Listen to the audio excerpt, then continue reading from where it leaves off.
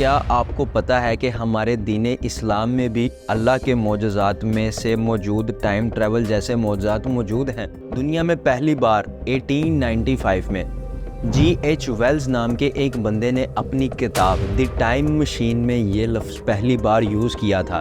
Stephen Hawkins ने 1994 में time travelling को सपोर्ट भी किया और ये भी कहा कि टाइम ट्रैवल पॉसिबल है, बट उस तरह नहीं जैसे हम सोचते हैं। अब दोस्तों ये तो ईयर 1900 की बात है, लेकिन 1860s तक में भी कुछ ऐसी तस्वीर पाई गई हैं जिसमें टाइम ट्रैवल का सुराग मिलता है, जिसकी कोई ख़ास जवाब नहीं मिलते।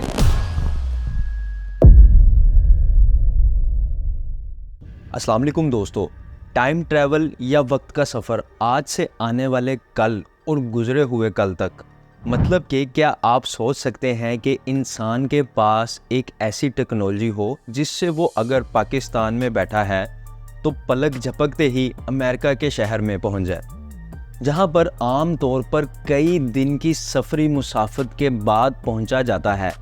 या फिर इस टाइम ट्रैवल से इंसान फ्यूचर तक पहुंचने की सलाहियत हासिल कर ले और फिर अपने मौजूदा दौर में भी वापस आ जाए। दोस्तों इस वक्त तक तो हम ये सब सुनकर हैरान होते हैं, बट ये सब हो कैसे रहा है?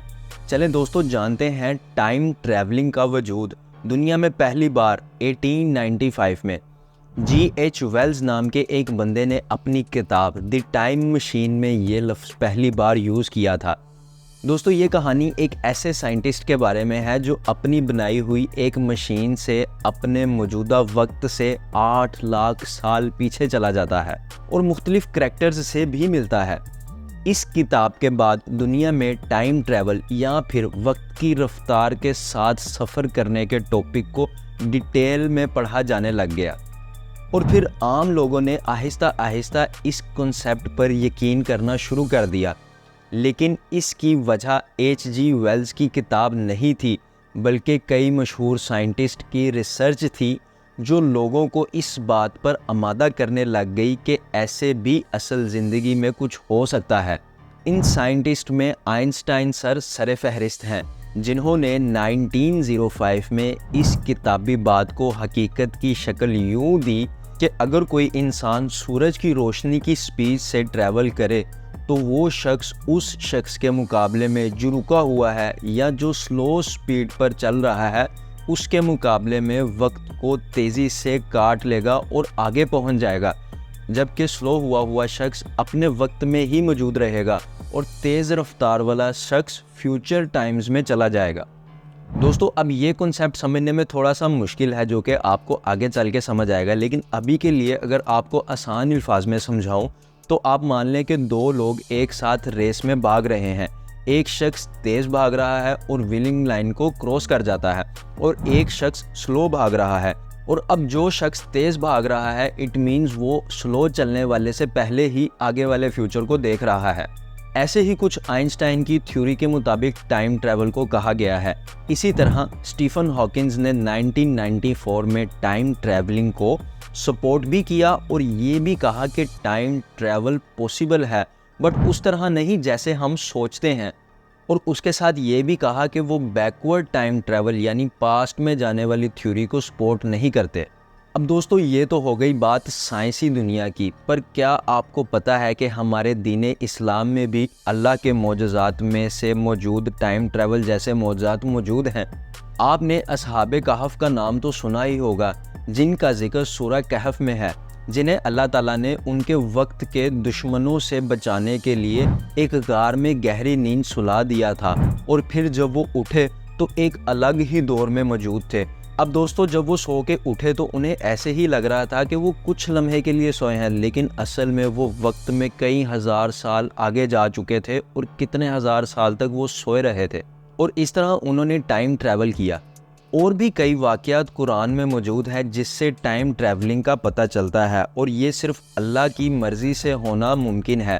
जैसा कि हम शब मेराज के बारे में जानते हैं कि जब हज़रत मोहम्मद सल्लल्लाहु अलैहि वसल्लम मेराज की रात आसमान पर गए तो कुछ लम्हों के सफ़र में उन्होंने सातों आसमान की सैर की, जब वो वापस आए तो उनके घर की कुंडी उसी तरह हिल रही थी जैसे उन्होंने अभी दरवाज़ा बंद किया हो। यहाँ तक कि उनका बिस्तर मुबारक भी गर्म था, जैसा कि आम तौर पर जब हम अपना बिस्तर छोड़ते हैं तो फिल वक्त के लिए वो गर्म होता है। ये तमाम मामलात से इस बात की तरफ इशारा है कि टाइम ट्रैवलिंग हमारे दीन में एक अलग शक्ल की तरह मौजूद है और इस पर सिर्फ अल्लाह ताला ही कादिर हैं और कोई नहीं।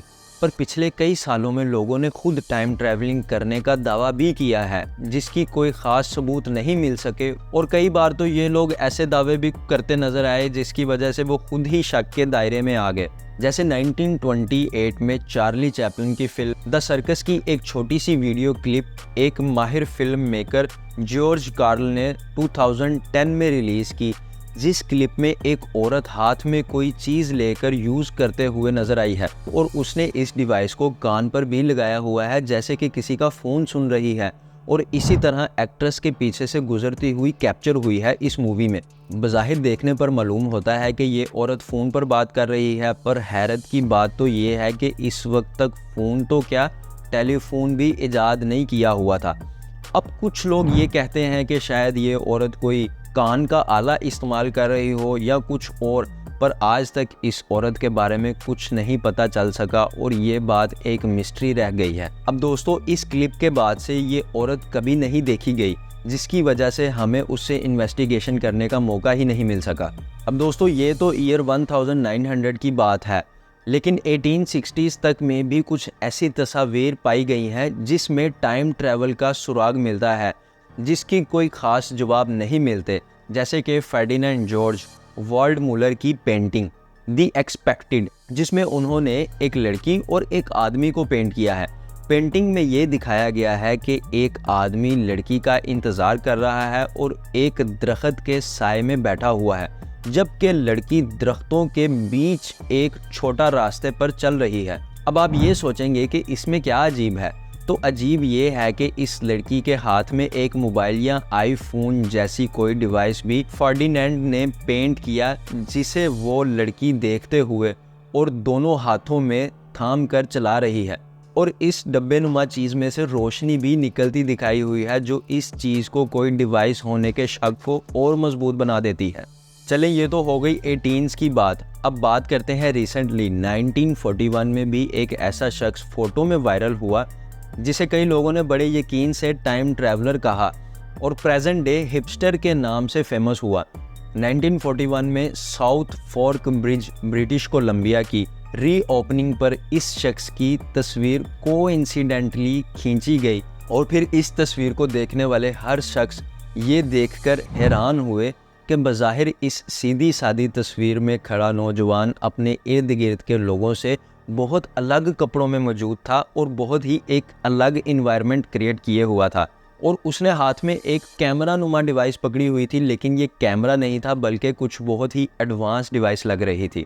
अब ये सबसे अलग था और बाकी सब लोग ब्रिटिश 3 पीस सूट में हैट्स पहनकर खड़े दिखाई दे रहे थे। इन तमाम शवाहिदों से ये बात साबित है कि टाइम ट्रैवल पॉसिबल है, पर मखसूस तरीके से जो हम नहीं समझ सकते और कई साल तक इस टेक्नोलॉजी को हासिल नहीं कर सकते। दोस्तों, अब ये सब बताने का मकसद आपको ये था कि जब पुरानी पेंटिंग्स में मोबाइल फ़ोन्स पेंट किए जा रहे थे, जबकि टेलीफोन का भी तस्वुर नहीं था, तो आज हमारे दौर में हमारे हाथ में मोबाइल फ़ोन्स मौजूद हैं और इससे भी बेहतर टेक्नोलॉजी आ चुकी है। तो इसी तरह जब हमें एंशिएंट टाइम्स की चीज़ें मिलती हैं तो उसमें टाइम ट्रैवल के कॉन्सेप्ट दिखाए जाते हैं। तो इसी तरह जब हम पुराने दौर की बहुत सारी चीज़ें एंशिएंट इजिप्शियंस की फाइंड करते हैं तो उसमें भी टाइम ट्रैवलिंग का कॉन्सेप्ट हमें मिलता है। तो दोस्तों, अगर मैं ये कहूँ कि आज के दौर में टाइम ट्रैवल किया जा रहा है, चलें अगर नहीं किया जा रहा तो एटलीस्ट इस पर काम शुरू हो चुका है।